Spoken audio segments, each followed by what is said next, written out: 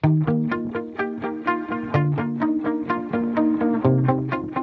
semuanya, selamat pagi, salam sehat, salam SMP. Semangat fraternitas Dina. Berjumpa lagi dengan saya Ibu MS di pertemuan ketiga mata pelajaran geografi. Di pertemuan kali ini kita akan melanjutkan materi minggu lalu mengenai teori lokasi. Nah, teori lokasi yang akan kita bahas hari ini adalah teori tempat sentral, teori kerucut permintaan, dan teori kutub pertumbuhan. Nah, di bulan ini kan kita sudah memasuki bulan kemerdekaan. Maka Ibu berharap anak-anak sekalian memiliki semangat yang berkobar-kobar seperti semangat para pahlawan dalam memperjuangkan kemerdekaan kita. Jaga kesehatan dan jangan lupa mengerjakan tugasnya. Terima kasih. Nah, barusan saya sampaikan di pertemuan kali ini kita akan mempelajari teori lokasi pembangunan wilayah, yaitu teori tempat sentral, teori kerucut permintaan, dan teori kutub pertumbuhan. Adapun tujuan pembelajaran hari ini adalah setelah mempelajari materi ini, siswa mampu menjelaskan pembangunan dan pertumbuhan wilayah dengan penuh semangat dan rasa ingin tahu. Yang kedua, siswa mampu menumbuhkan rasa kepedulian terhadap permasalahan yang terjadi dalam penerapan pembangunan wilayah. Baiklah, minggu lalu kan kita sudah mempelajari apa itu teori lokasi, di mana teori lokasi itu ada 5. Yang pertama kemarin teori lokasi pertanian, yang kedua teori lokasi industri, yang ketiga teori tempat sentral, yang keempat teori kerucut permintaan, dan yang kelima teori kutub pertumbuhan. Nah, yang minggu lalu yang sudah Ibu jelaskan itu adalah yang ini, yang nomor 1 dan nomor 2.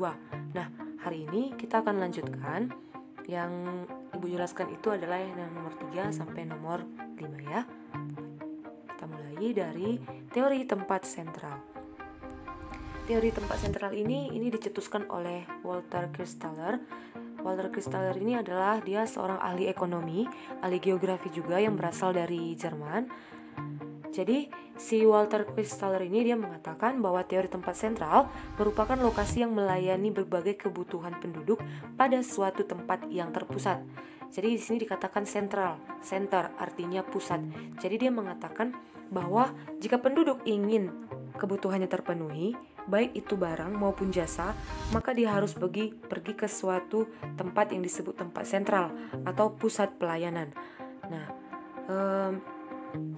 lokasi sentral ini dikembangkan untuk menemukan titik tengah terbaik dari suatu pusat pelayanan. Jadi, titik tengah ini diharapkan dapat melayani semua wilayah yang berada dalam zonanya. Menurut Walter Christaller, ada 2 konsep teori tempat sentral. Yang pertama, range atau jangkauan. Jadi range atau jangkauan ini merupakan jarak yang harus ditempuh seseorang untuk mendapatkan barang kebutuhannya. Seandainya kamu ingin pergi ke pusat perbelanjaan untuk mendapatkan barang yang kamu butuhkan, maka kamu harus menempuh jarak, menempuh jalan. Itu yang dimaksud dengan range. Ketika kamu ingin mendapatkan barang kebutuhanmu, maka kamu harus menempuh jarak. Nah, yang kedua itu ada threshold atau disebut juga dengan ambang. Artinya adalah jumlah populasi penduduk minimum yang dibutuhkan agar persediaan barang dan jasa dapat berjalan lancar dan seimbang. Contohnya para pedagang yang terdapat di pasar atau di pusat perbelanjaan. Nah, barang dagangannya itu akan laku apabila ada penduduk yang akan membeli, apabila ada konsumen, apabila ada orang-orang yang membutuhkan barang itu. Jadi, range dan threshold ini saling berkaitan. Maka di sini ada 4 zona. Yang pertama itu tempat sentral. Jadi ini tadi yang dimaksud sebagai pusat pelayanan. Jadi inilah titik tengah yang tadi. Nah, di titik tengah ini atau di pusat pelayanan ini, disinilah penduduk bisa mendapatkan barang atau jasa, barang dan jasa yang dibutuhkannya. Nah, jadi kalau misalnya dia ingin membeli suatu barang yang dibutuhkannya, maka dia harus pergi ke sini, ke titik tengah ini, ke tempat sentral ini. Begitu juga dengan jasa. Contohnya kalau jasa itu kan contohnya perbankan. Nah, jadi dia ingin menabung. Nah, dia membutuhkan jasa bank, maka dia harus pergi ke tempat sentral ini. Seperti itu. Nah, si Walter Christaller juga mengatakan bahwa kalau di sini dia titik pusat pelayanan, maka di sekitarnya ini adalah permukiman penduduk. Jadi kenapa di sini dibuat zona keuntungan besar? Karena di sini lebih dekat dengan titik tengah. Nah, jadi di sini lebih dekat dengan titik tengah. Artinya adalah ketika penduduk dekat dengan pusat kota, maka keuntungannya lebih besar. Nah, semakin jauh dari tempat sentral, maka zona keuntungannya semakin menurun. Semakin jauh lagi, maka tidak ada keuntungan sama sekali, atau dikatakan di sini keuntungan nol. Nah, jadi semakin dekat dengan pusat kota, maka keuntungan yang didapatkan di titik tengah ini semakin besar. Seperti itu dia ya. Jadi ini adalah teori menurut Walter Christaller. Jadi dia menitik beratkan lokasi itu di tengah-tengah itu harus terdapat tempat sentral. Di sekitarnya adalah penduduk. Semakin jauh dari tempat sentral, maka keuntungannya semakin menurun. Jadi di tempat sentral inilah kita bisa mendapatkan pelayanan barang dan jasa yang kita inginkan. Nah, yang selanjutnya itu ada teori kerucut permintaan. Nah, teori ini dikemukakan August Lotz. Dia itu seorang ekonom yang berasal dari Jerman. Nah, si August Lotz ini dia mengatakan bahwa suatu industri memiliki lokasi yang optimal jika industri itu dapat menguasai wilayah pemasaran yang luas. Jadi si Lotz ini dia melihat lokasi yang optimal itu dari sudut pemasaran. Makanya ada hubungannya dengan industri. Ingat ya, Lotz melihat lokasi yang optimal itu dari sudut pemasaran. Kalau dilihat dari sudut pemasaran, maka itu tidak akan terlepas dari industri. Nah, jadi dia mengatakan bahwa industri itu memiliki lokasi yang optimal jika dia bisa menguasai wilayah pemasaran yang luas. Nah, mari kita lihat yang kedua. Dengan wilayah yang luas, maka ada permintaan yang maksimum. Dengan wilayah yang luas, di mana terdapat banyak penduduk, maka permintaan akan meningkat. Nah, hal ini yang akan membuat industri itu memperoleh keuntungan yang besar. Jadi, si Lotz ini, dia mengatakan bahwa lokasi industri itu terletak di area di mana keuntungan dan total produksi menjadi maksimum. Kalau di minggu lalu si Alfred Weber itu kan, kalau masih ingat ya, si Alfred Weber yang ibu jelaskan minggu lalu itu, dia kan mementingkan faktor biaya kan, yang ada segitiga kemarin, segitiga industri, faktor biaya yang harus setara. Tetapi ini berbanding terbalik dengan si Lotz.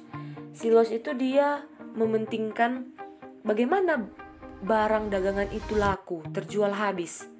Nah, jadi dia nanti akan menurunkan harganya. Mari kita lihat kurva ini. Nakku, ini ada hubungannya dengan ekonomi ya. Mungkin kamu sudah pernah mempelajari ini. Nah, jadi kalau kita lihat kurva ini kurva perbandingan antara permintaan dan harga menurut Lotz. Jadi kalau Q1, Q2 itu artinya kuantitas. Maksudnya itu jumlah kebutuhan atau jumlah barang yang akan laku. P1, P2 itu price atau harga. Nah, mari kita lihat. Kalau dia di sini P1 itu kan harganya mungkin kita buat 1.000, harganya Rp1.000. Maka kalau harganya Rp1.000, barangnya itu akan lebih banyak laku. Jadi kalau yang horizontal ini semakin ke kanan, maka jumlah konsumennya itu semakin tinggi, itu maksudnya ya. Nah, jadi P1 itu harga 1 dan Q1 itu konsumen 1. Maka kalau harganya di sini 5.000, maka akan semakin banyak yang membeli barang tersebut. Tetapi semakin tinggi harganya, ini kan P2 ini kan sudah semakin tinggi harganya, maka konsumen yang membeli itu semakin sedikit. Nah, mungkin bisa kita lihat ini. Nah, ini contohnya dalam bentuk angka. Contohnya ini harga buku tulis. Nah, jadi di sini jumlah yang membeli, yang ke atas harga. Jumlah yang membeli, yang Q, yang P itu adalah harga barangnya. Nah, kalau kita lihat di harga 500 rupiah. Kalau harganya 500 rupiah, mungkin yang ini ya, yang 400 lah. Kalau harganya 400 rupiah, maka yang membeli buku itu 500 orang. Nah, jika harganya 300 rupiah, maka yang membeli buku itu semakin banyak, 1000 jiwa. Diturunkan lagi harganya, contohnya harganya itu 200 rupiah, semakin banyak lagi yang membeli buku itu. Nah, contohnya yang membeli buku itu 1500 orang dengan harga 200 rupiah. Diturunkanlah lagi harganya menjadi 100 rupiah. 100 rupiah itu yang membeli bukunya itu sebanyak 2000 orang. Artinya adalah volume tingkat konsumsi dapat diperbesar dengan menurunkan harga. Ini yang terpenting menurut si Lodge. Jadi dia lebih mengutamakan, barang dagangan ini harus laku, gak apa-apa harganya diturunkan, yang penting banyak yang membeli. Nah, makanya tadi katanya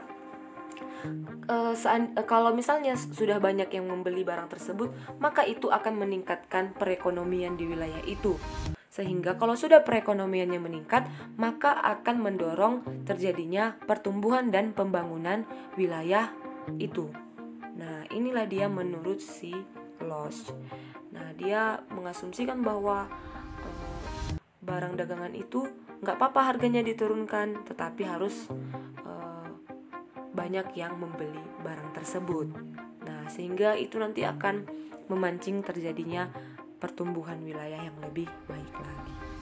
Itu dia ya. Baiklah, yang selanjutnya itu yang terakhir, teori kutub pertumbuhan. Nah, teori kutub pertumbuhan ini dikemukakan oleh François Perroux. Ini seorang ahli ekonomi yang berasal dari Perancis. Nah, si François ini dia mengatakan bahwa tempat pertumbuhan terjadi di tempat yang disebut pusat atau kutub pertumbuhan. Kalau kita ibaratkan magnet itu kan memiliki kutub positif dan kutub negatif. Jadi di antara kutub-kutub itu itulah yang akan saling tarik-menarik. Nah, kalau diibaratkan di pembangunan, dia mengatakan bahwa kutub itu adalah pusat pertumbuhan wilayah. Nah, menurut si Perroux, suatu lokasi itu dikatakan sebagai kutub pertumbuhan jika dilihat dari lokasi industrinya. Nah, karena industri berperan sebagai unit pendorong dalam pusat kegiatan ekonomi. Hampir sama ya, sama yang teori Lodge tadi. Maka marilah kita lihat menurut si Perroux. Nah, gini dia. Jadi katanya itu untuk memancing terjadinya pertumbuhan di wilayah-wilayah, maka harus ada industri. Nah, coba kita perhatikan gambar ini yang di atas dulu ya. Jadi core industri itu artinya inti industri. Yang mana? Yang lingkarannya lebih besar, yang ini. Jadi yang lingkarannya lebih besar ini disebut core industri atau inti industri. Jadinya disinilah terdapat pusat industri. Sementara link industri ini disebut dengan jaringan industri. Artinya bulatan-bulatan yang lebih banyak di sekitar inti industri ini. Makanya di wilayah ini nanti terjadinya perluasan pertumbuhan. Mengapa? Karena di sini sudah ada pusat industrinya, sudah ada pusat kegiatan ekonominya. Jadi karena ada di sini pusat kegiatan ekonominya, maka dia bisa memancing terjadinya pertumbuhan wilayah di sekitarnya. Lama-kelamaan semakin banyak di sini industri-industri yang baru. Lama-kelamaan semakin banyak penduduk yang bekerja di wilayah ini. Lama-kelamaan semakin banyak barang yang bisa diproduksinya, sehingga bisa dikirim ke pasar atau ke pusat perbelanjaan. Dan lama-kelamaan pertumbuhan ekonominya juga semakin meningkat. Jadi menurut si Perroux ini, yang paling terpenting dalam pertumbuhan wilayah itu adalah industri. Maka industri ini, core industri ini, inti industri ini, yang ini disebut sebagai kutub pertumbuhan. Jadi disinilah pusat pertumbuhan itu. Jadi dia menyebarkan aura-aura pertumbuhan di sekitarnya. Seperti itu dia. Nah, begitu juga dengan yang gambar di bawah.